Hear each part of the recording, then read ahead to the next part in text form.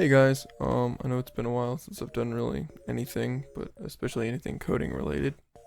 From about 6th grade to the middle of high school, I worked on my Jarvis project, and then not far from home, Homecoming came out, and I kind of did like a quick little rebrand on it and released it as a Friday AI unit. And full disclosure, it's not AI, it was just pretty much a bunch of if-else statements. But I thought it'd be cool to start messing around with redoing the program that was based on, which was my initial Jarvis.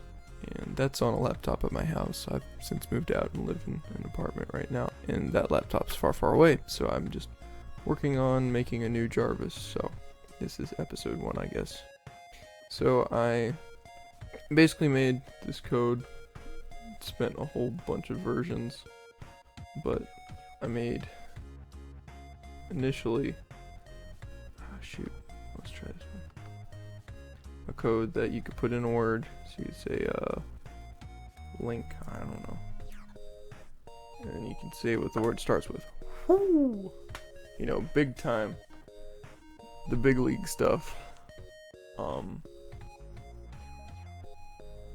So it just basically sets it to a string in batch and then rips it apart. And so from there, what all did I do? Sorry, I'm trying to figure out the best way to recount all this.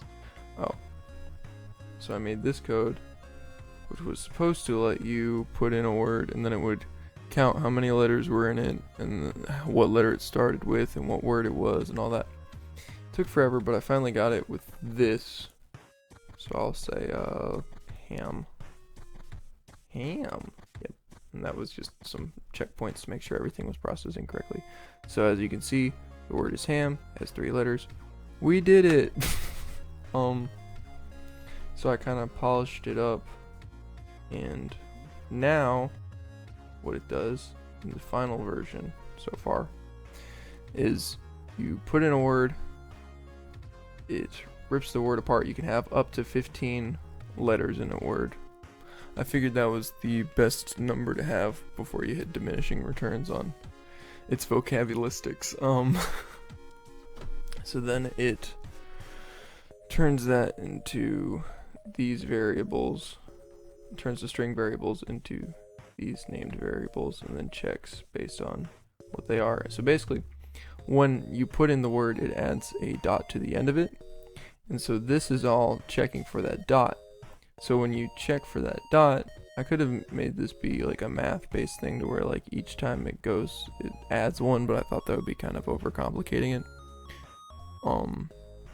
So it basically just checks every time that it goes past a number, or every time that it goes past a letter, to see if it has a period after it, and then it checks how many numbers are or how many letters came before the period, and then the period signifies that the word is over, so that you don't have all these extra variables. Because if you just kept looking for these variables, even though say it had like a 5-letter word and then it was looking for like the 6th letter to a 5-letter word, which sounds kind of deep, but really it just kind of screws with your program. So because of that, it does that. It figures out that the word is the word. The first letter is so and so, number of letters is this. So why does that matter? This matters because I have a speech repository. So this is based on the number of letters. So as I said, you can have up to 15 letters. And this 16th one is just to account for the dot being at the end of a 15-letter word. But anyway, so you can have up to 15 letters. And then in each of these folders are what letters it starts with. So like say I had the word steam. Word is steam, first letter is S. There are 5 letters, so we'll go, how many letters are there? 5, and it starts with an S. And that's just faster than going through every single word by the time that you build up a larger vocabulary for this thing. So the plan from here is to then have some sort of a signifier for parts of speech for a word. And then I was also looking into like the ways that different spellings signify a bunch of different things. Like if a word ends in ly, it's most likely an adverb. If it ends in er, it's most likely a comparative adjective. If it ends in a single s, it's most likely a plural noun, while if it ends in two s's, it most likely represents an adjective, like darkness. Though I just thought that a single s could also be like a current happening verb. I can't recall the word for that, but anyways, like runs. Unless you had some bad Taco Bell, in which case runs would be,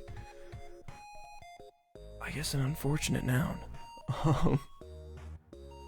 So yeah, I guess from here we just figure out how to assign parts of speech to different words based on the pre-existing network set here, to where basically the point of this is to where instead of just setting up every single word ahead of time, if you give it a new word, then it can just learn from the words that you've given it and add the new word to its vocabulary, and then start using it in conjunction with the previously added words. So the more you talk to it, the more it learns, the more it is able to communicate. Just an idea. It's not a particularly good idea, but I've just been screwing around with the hypothetical scenario of this code for a while, and I just figured I had to do it today. So yeah, I figured I'd give y'all a little bit of content. Hope you like it. Sorry I haven't been able to do very many building projects, as I said. I'm currently living on my own, and apparently food is more expensive than you'd think. You're like, oh, it's just a couple bucks, but then by the time you realize that you have to eat all the time, like at least 2 meals a day every day, and recommended more than that, by the time you realize that, it adds up. But anyways, I figured this would be a fun project to kind of just keep me sharp, I guess. Anyways, thanks for watching. If you're not subscribed, then feel free to stay that way. I am kind of inconsistent with putting out stuff, but yeah, I don't know, I just find this stuff interesting, and I think maybe somebody else will too. So, hope you like it. Have a great day. See you in the next one, if I remember to make the next one. Alright, bye.